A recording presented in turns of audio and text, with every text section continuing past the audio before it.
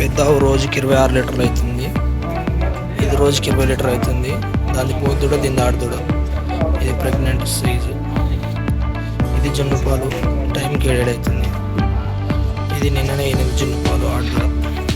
ఇది టైంకి జున్ను పాలు 6 అవుతుంది. ఇది ప్రెగ్నెంట్ ఉంది. ఇది ప్రెగ్నెంట్. ఇది జున్ను పాలు 7 అవుతుంది. ఇది ప్రెగ్నెంట్.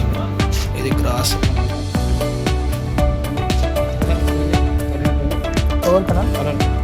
చేస్తాం.